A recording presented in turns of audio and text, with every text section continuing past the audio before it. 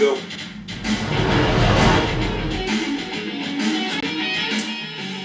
We are back live. It's your Bolo Punch Boxing Hour, brought to you by George Rogie Insurance. www.bolopunchboxinghour.com. Streaming to you live on Ustream.tv. I'm your host, Chris Kuzman. I've got Emil Sotopapinsky, Kegamine, Timmy, the producer, Patterson, and on the phone right now, I have got the man of the hour, the drunken master. This is Emanuel Augustus. Pardon me. Emanuel, how you doing today, sir? So you are training with Roger Mayweather, that's true? Sure. Awesome, awesome, awesome. So are you of the mind to say that this is going to take your career in a different direction than it might have been before? I really believe so. The whole thing right now is just, trying to, get the image across to the other fight makers out there that I am still able, willing to make these fights happen. Looking forward to a good fight. The only thing I'm waiting on is opportunity, Like I said, I'm training with Roger Mayweather, and we'll be in Las Vegas. I got me a place over here just trying to get everything together, Now, we have to throw you the biggest congratulations that we're capable of giving, because ESPN just bestowed upon you some really great honors. That's just outstanding, because you've been packing houses for years, years and years. And for someone to actually stand there and say, you know what, of all the guys we've had on Friday Night Fights, ESPN, you're the best. Well, how does that feel? What's that like? Man, I feel good, man. I just, up until that point, I just thought, fight was a fight, I just took it as an everyday thing, man. And then, once all this, stuff started coming out, and, once the ESPN started doing their thing, and they brought my name into the pot just to be nominated, I was already kind of high. And then once I actually, got the confirmation that I was a man, I was like, oh, man. It just took me to a whole nother level, in my mindset.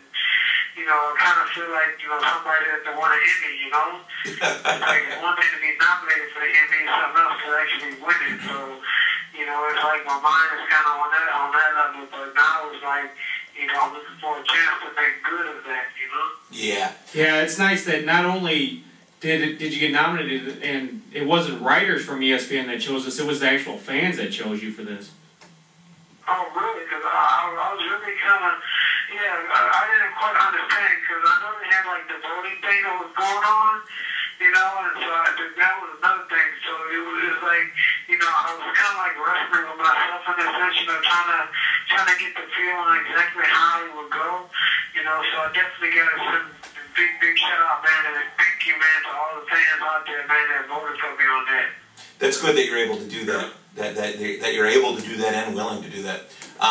Emanuel, we got to go back. I want to go back to little Emanuel. I want to know, how did you find your first pair of gloves? How old were you and how to get started?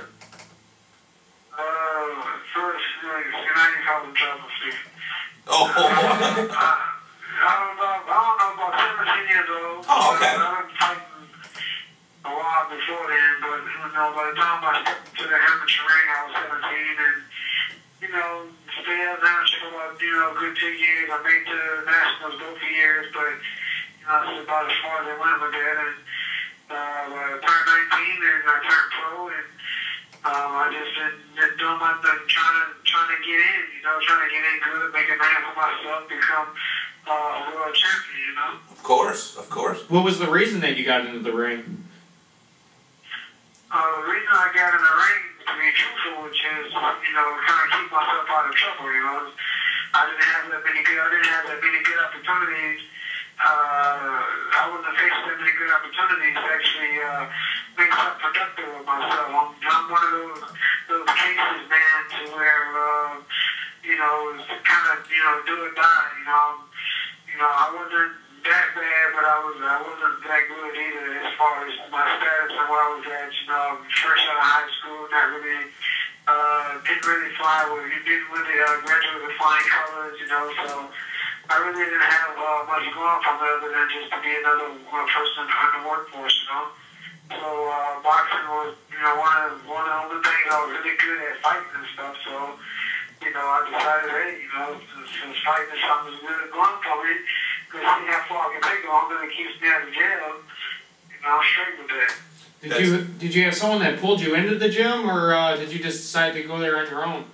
No, I just basically, I was in a situation, a couple of years back, back when I was 15, 16 years old, and the situation that I was in, I was about to see Mike Tyson. I watched Mike Tyson fight Bruno, and the way he fought and beat Frank Bruno kind of, reflected upon me.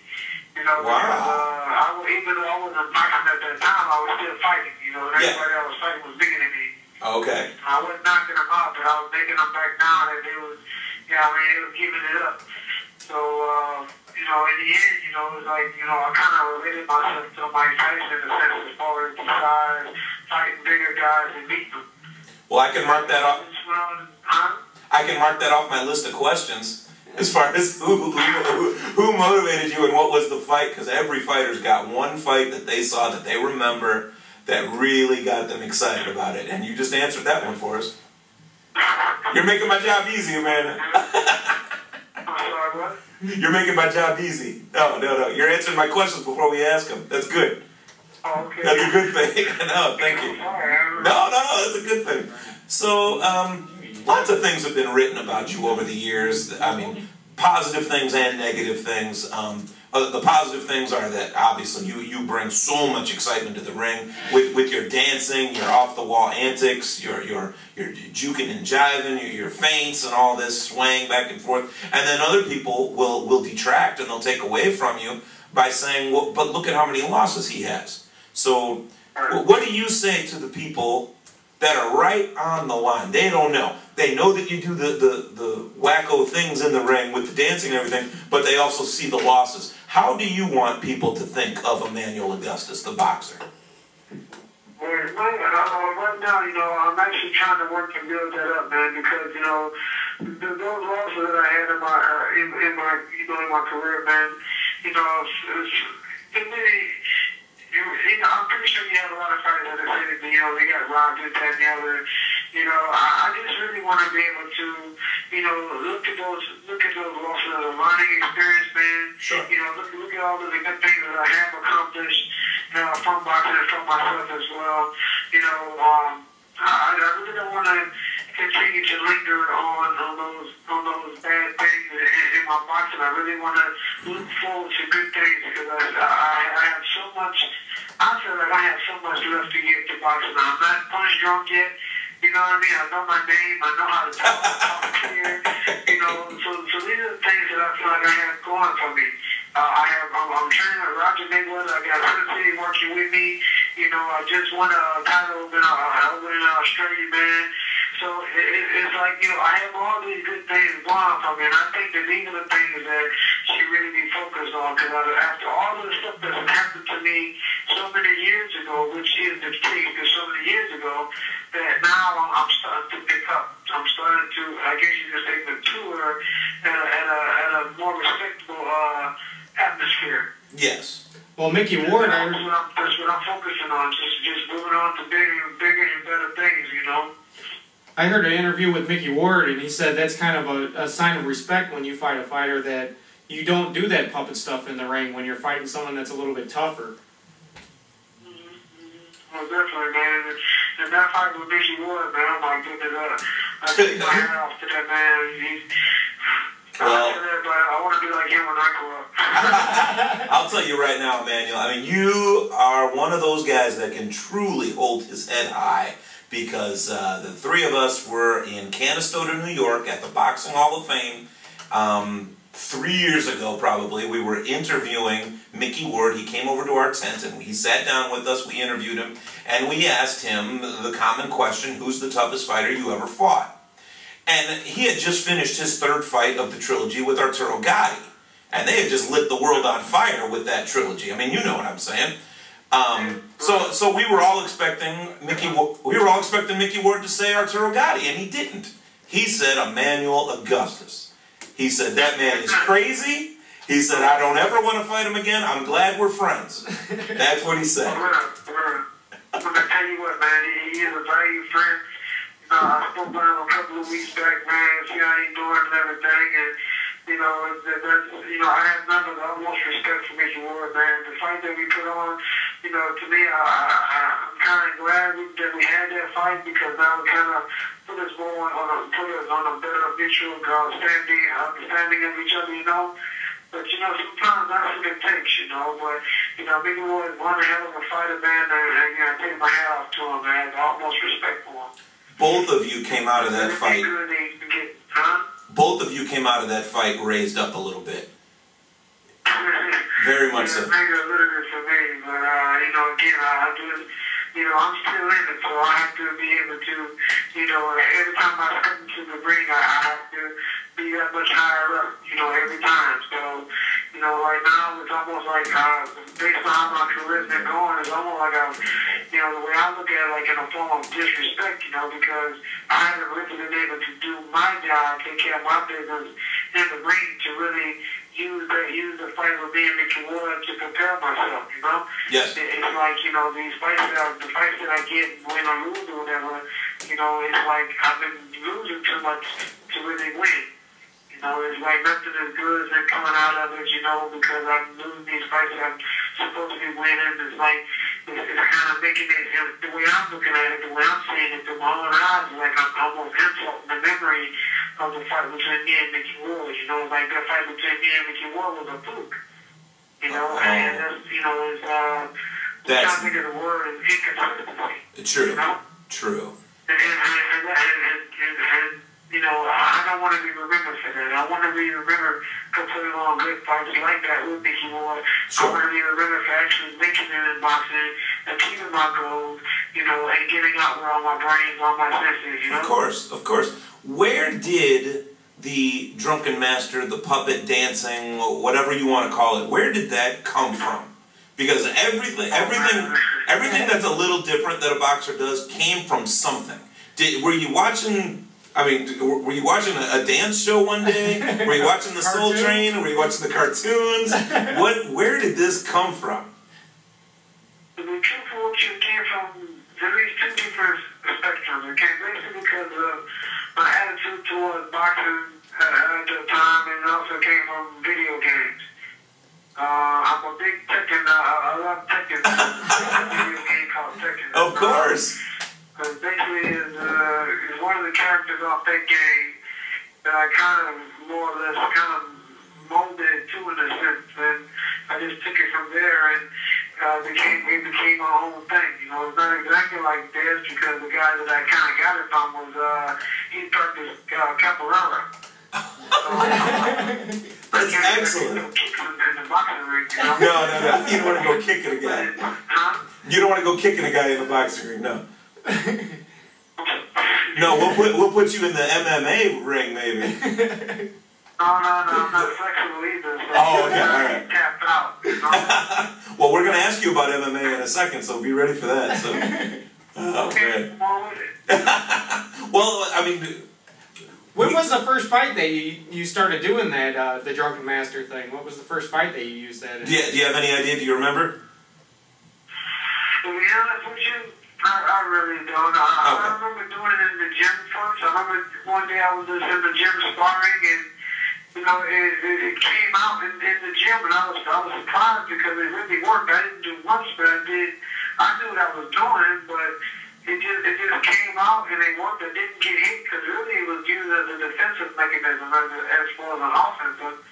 And it came out. It worked pretty good. I was surprised, and you know, didn't nobody say nothing. You know what I mean? I didn't feel bad about it. And, you know, the next couple times I sparred, you know, I tried to let it alone, but the next thing you know, it came out, and next thing you know, I had something, and then boom, you know, boom, and there it is. And like, oh, snap, next thing you know, I have a fight, and boom, I'm doing it in a fight, you know, and, you know, well, I'm glad you didn't try to... It happened from there. I don't remember the fight, I don't remember who I was sparring with. I know I was sparring with, I know it was in Florida when I did it. I was living in Florida at the time. Okay. Well, I'm glad you didn't try training on stilts or something, because if no one said anything, you'd be doing that. No. I'll play it with you. No, no, no. No, I know that you're the kind of guy that can joke about things like this. No, I mean, look at you. I mean, you are an absolute legend in the sport, and I'm a fat guy with a microphone. There's definitely a difference between the two of us, but oh my gosh, I love the fact that you were willing to take this interview, first of all, so thank you in advance for that. But thank you, man, even, you know, bringing me on, man, allowing me to come on, man, it's my privilege, man. Thank you very much, man. Oh, of course, of course. I feel honored, man, after all I've been through, you know, and all the merry-go-rounds I've been on, the roller coaster rides I've been on in boxing, still have people such as yourself, man, that taking the notice and a liking to me in a sense, you know, to keep me out here, to want me out here, you know, that's what's up. Sure. I got to ask you some slightly weirder questions now, as far as who do you think in your career you have hit harder than anyone else? What's the hardest punch you ever landed on a man?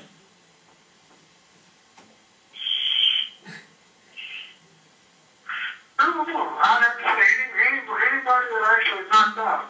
Oh, okay. So they're all tied. Freddie Ladd, I'm going on Freddie Ladd. You know, you talking years and years ago, but you know that guy. I mean, that guy I thought tapped him pretty good. There's another one who was a twin, if I'm not mistaken. Man, I can't think of his name right now. I thought I ended up catching him with a left uppercut spinning around at the end of it. I can't think of his name. Terrell Finger. Terrell Finger. Guy named Terrell Finger. Huh? Terrell Finger, yeah, that was in Biloxi. Yeah. I caught him with an uppercut that I didn't even think was that hard, but when he hit the ground, it was like he could have counted to 1,000. I think he did get up, but you know, the way he got up, the time that it took, you know, I haven't really hit nobody and caused that kind of damage to him. But that was also a tough fight, though. That's all I'm going to Terrell Finger, man. That was a tough, hard fight for me and for him. Sure. And now I got to do the flip side. Who has hit you harder than anyone else? Shit. Honestly, that would be Teddy Reed.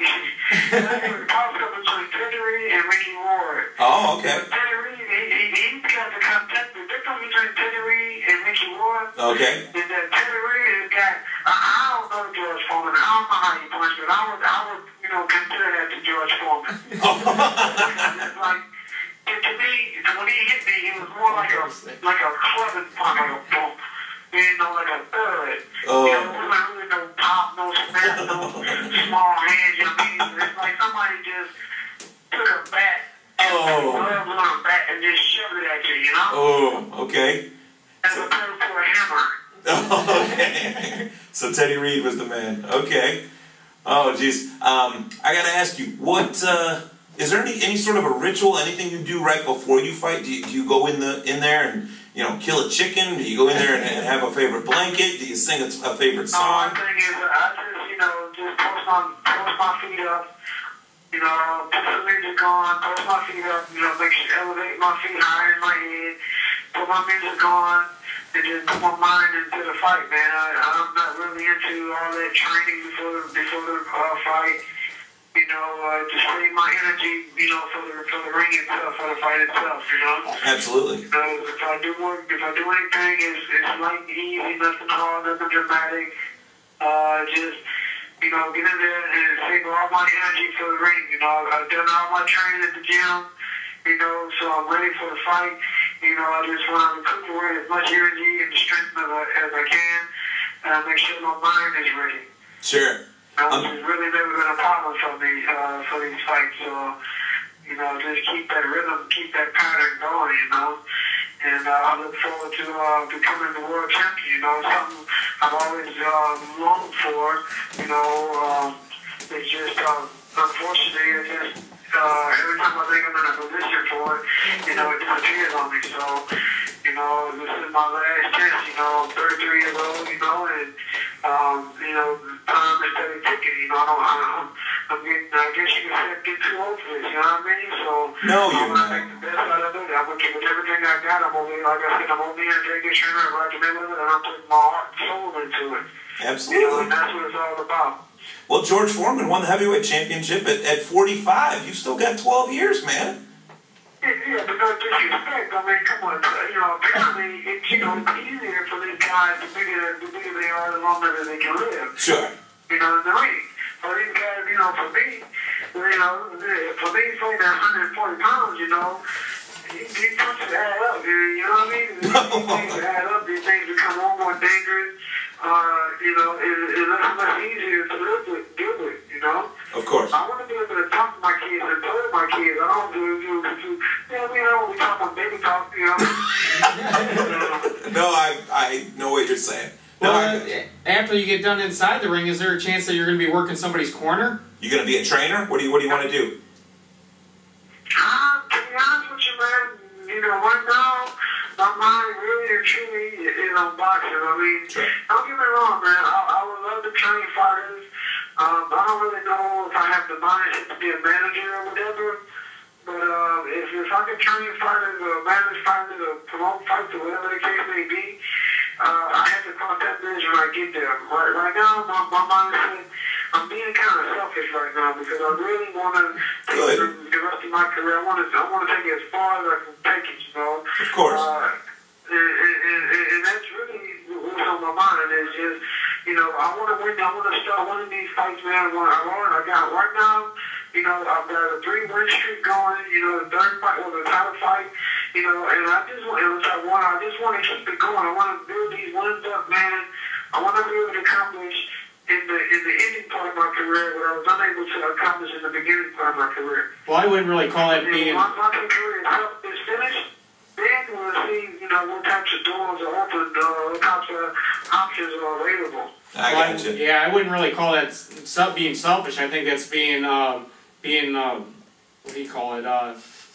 Being focused on what you're doing. It's a good focus. It's good. I'm over here, man. I work for the City, man, and one of the main things that they've been, trying to really help me out with and hammer into my mind is the fact that I have been, unfocused, up until this point. When I came here, I'm so grateful to be working with City, man, because these guys are really helping me to understand that, the focus is so important for me to get to where I'm trying to go and to achieve my goals, because, I had people that was with me earlier in my career, but the focus for my own part wasn't there. And so now, being here, working with City, working with Roger Mayweather, man, everything is coming through. Again, the only thing now is actually proving us, putting them to the ring, showing the world that I am still here, that I have a lot left in the tank, and that I am, and can and will be world champion. Yes. Well said. That's what it's all about, man. Well, you got a lot of ESPN fans, obviously, and all the fans here with us are waiting for you to get back in the ring. And again, we need to congratulate you on your accolades on ESPN for being the most exciting fighter of the last decade, and twice having Fight of the Year. And the most exciting fighter on my TV. Yeah.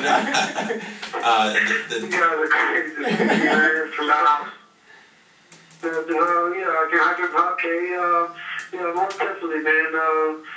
I'm giving thanks, man, to Mark Waddell's, man, the WBO.